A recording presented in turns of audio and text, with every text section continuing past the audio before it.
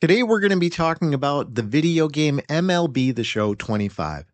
But don't worry, we're not just talking button mashing and graphics. We're going to dig into how baseball's rich history shows up in the game. I sat down with the director of product development, comms, and brand strategy at Sony Interactive's San Diego studio to talk about how they recreate classic stadiums, rate Hall of Famers, and tell the stories of baseball legends. So learn more about how baseball's past gets preserved and played with on today's episode.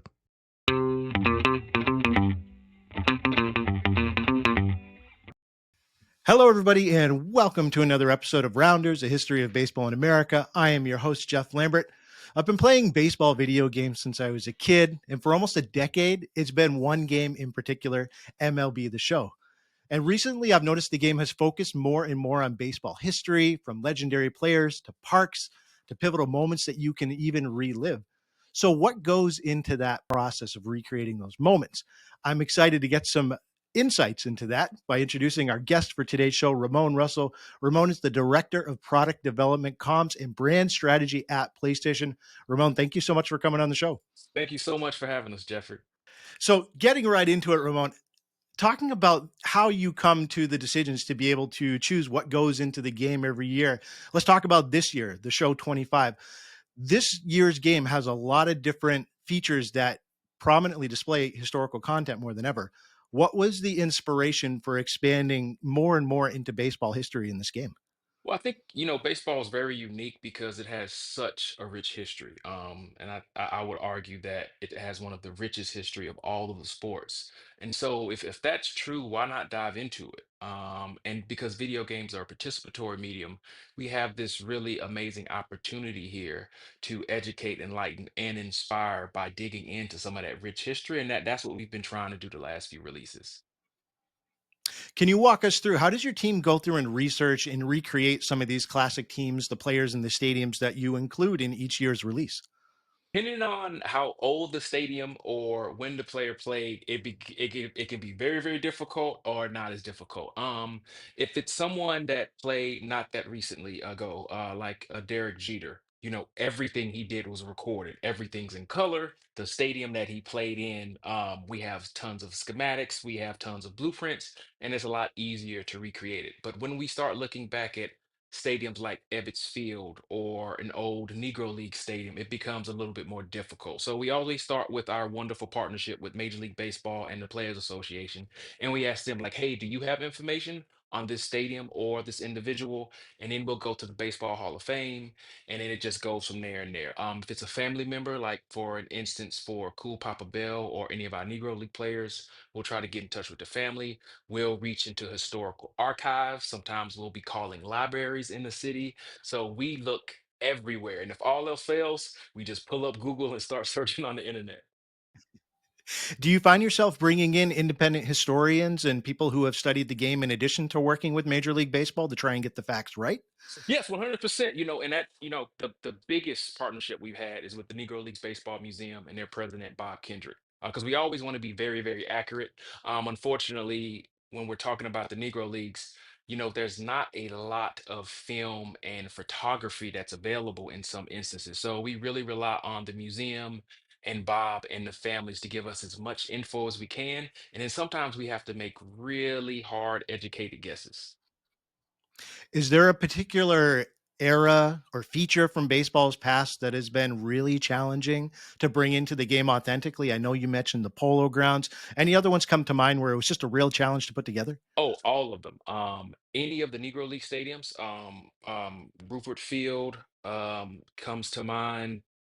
We've had stadiums that we've tried to recreate where we've had three photos, and it's kind of hard to have a conversation with a stadium artist. And you're like, well, we only have three photos. And he's like, well, there's no photo of the left field wall. We're like, well, we kind of have a photo of the right field wall. So let's make an educated guess. And we have the dimensions. Let's make the left field wall look like the right field wall. And then we kind of cross our fingers and hope we get it right. We have to do that quite a bit. But I think we've been very, very successful at making educated guesses because you never want to get anything wrong when you're talking about historical accuracy. Absolutely. Are there any players that come to mind? You mentioned some of the players in the Negro Leagues where it was really hard to be able to track down the information to be able to recreate those moments properly that you feature in the game. Oh, that's everybody. Like everything with the Negro Leagues feature has been very, very difficult. But we've had these amazing partnerships with the museum, the families, and MLB helps us out as much as we can. Because in a lot of instances, there may only be three or four photos of an individual. For instance, Turkey Stearns is one of our new Negro League legends this year. There's no imagery of him that we can find that's a video, and there's maybe three to four photos, and they're all in black and white. So that makes it more difficult. And we try to make all of our players, we try to recreate their likenesses when they were in their prime, especially for Negro League players. We don't have photos of him at 25, 26 years old. So it's up to our really, really amazing, talented art team to try to deconstruct what we think he would look like as a younger man. And then always we cross-reference it with the family, and they'll have final say, like, oh, this does look like my uncle, this does look like my grandfather. In a lot of instances, like skin tones, if it's a black and white photo, we don't know what someone's skin tone is. So if there's a family member, sometimes we'll say, okay, we're just going to use this family member's skin tone. And if they are okay with it, that's how we'll roll. Wow. So even the families are getting involved on a really cellular level in the development of these features. That's That's great to hear. Let's change gears a little bit and talk about what is the system I've always wondered for going into determining the player ratings for legends. Like you said, there's certain areas of baseball, certain players where we don't have a lot of records. So, do stats alone drive the ratings that you assign to historical players? Do reputation and legacy drive into it? It's D all of the above. For instance, like for King Griffey Jr., it's easy. We just look at stats. Um, for current players, it's easy. We have regular stats and we have all of the advanced stats. Once we start going back further and further in time, it starts to become very, very difficult. And sometimes it is a guessing game. The good news is, Major League Baseball integrated all of the Negro League stats into official stats. Josh Gibson he leads the MLB in batting average, and Turkey Stearns is right there, I think, at number six. So that helps out a lot. But then it's all about research. And then again, it goes to that educated guess. We have an amazing team that works on all of our player ratings. His name is Rory, and he does it with everybody else. And he does a really good job of trying to figure out, okay, by looking at this stat and not having advanced analytics, this is where I think this person probably would have ended up. Have there been any internal debates that come to mind about how to rate certain Hall of Famers or players that should be in the Hall of Fame? Oh, all the time. All the time. Especially when there's not a clear-cut yes or no answer. All the time. We're always having very heated arguments about power, speed, stealing ability, plate vision, all of it. Has there ever been a time where you've updated a rating based on fan feedback or based on feedback from experts and said, "Hey, you got this one a little bit off"? Has there ever been any Oh, retroactive change? well, most of the current MLB players always want their ratings to be higher. And it's hard to tell them no. It's hard to tell them no.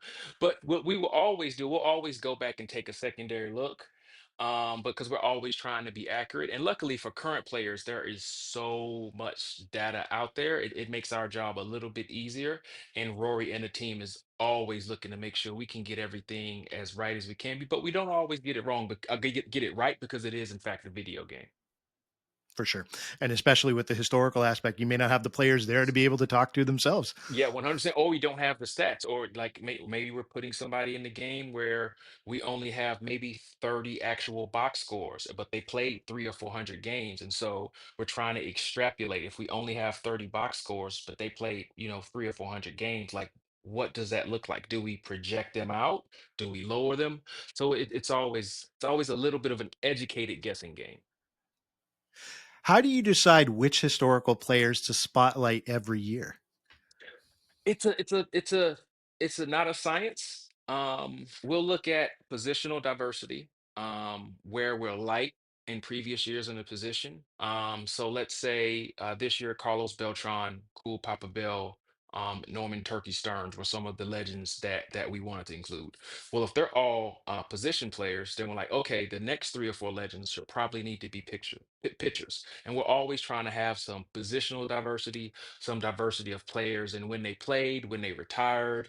So it's always a sweet science, as they say. We're always trying to get it right. Is there a piece of baseball history, like a forgotten team or a player or a ballpark, that you have on your list to include that you haven't yet? A lot. I don't want to give specifics because that would spoil maybe what we'll do in the future. But there is, baseball has such a storied history. There are so many stories we have yet to tell. Even though we've started telling stories about current players and players that are in the Hall of Fame that are still alive, and we spent the last 3 years diving into the Negro Leagues aspect of baseball, we still have so many more players to talk about.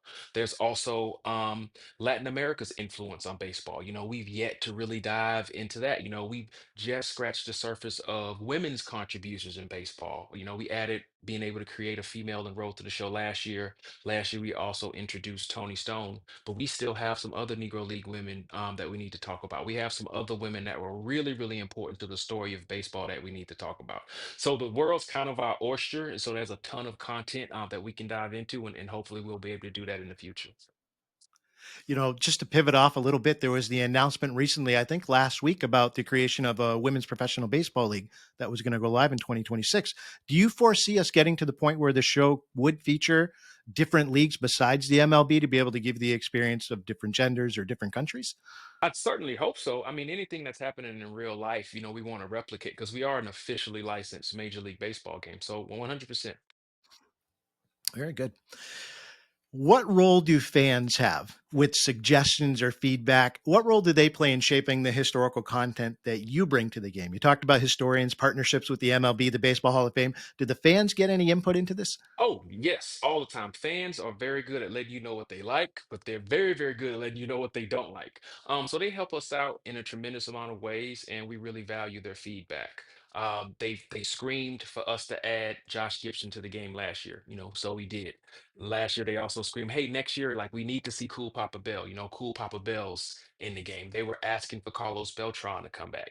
He's came back. They've were very, very, very loud about a certain aspect of a very popular mode that maybe we might have messed up a little bit. And this year we fixed it. And that was a lot based off of consumer feedback. So there's always this balance of what we've learned from like telemetry data and looking at how the people play the game, from looking at stats. And then there's the consumer feedback. And then there's also what the dev team wants to do. And so what we're always trying to do, and it's not an exact science, is figure out with these limited amount of resources that we have because we're a yearly title, we can't make everybody happy. So what can we do that's really impactful, that will stretch out the furthest and make the most of our fans happy? What do you hope, you and the team at Sony hope that players are taking away from being able to recreate and relive these historical moments in the video game? It's baseball is a sport about failure.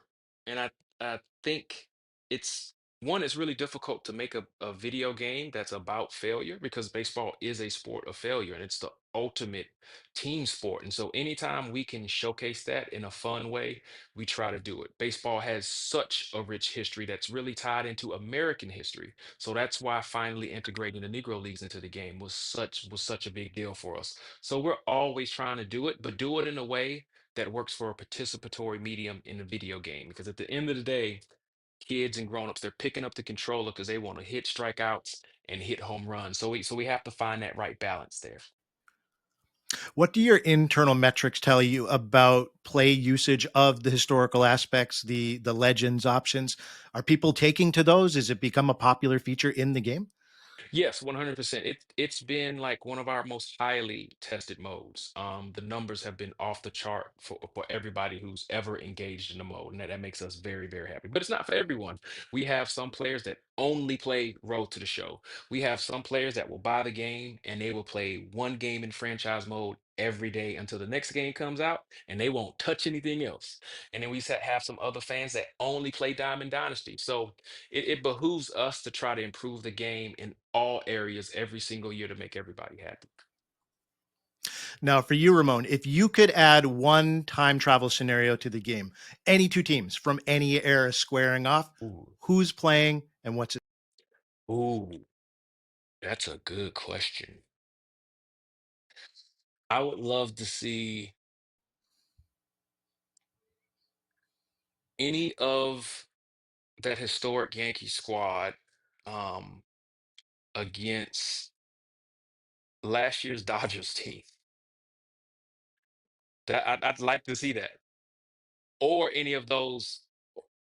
Yeah, it would be insane. Or any of the teams, any of the Boston teams with David Ortiz that won the World Series against last year's Dodgers team, because both of those teams are just so stacked, and the game's a little bit different now. I think it would be really interesting to see how it shaked out, especially with how dominant pitching was back then. You didn't get pulled in the fifth and sixth inning, like you do not. Like pitchers were going deep into the games, especially into the playoffs. So I would love to see that.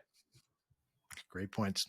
Ramon, thank you for coming on the show. Folks, MLB The Show is live now. Go pick up a copy if you haven't already. What are you doing if you haven't? Ramon, thanks for taking the time to come on the show to discuss this year's game.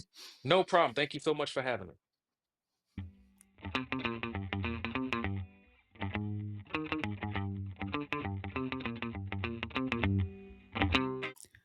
I sat down with the director of product development, comms, and brand strategy at Sony Interactive's San Diego studio.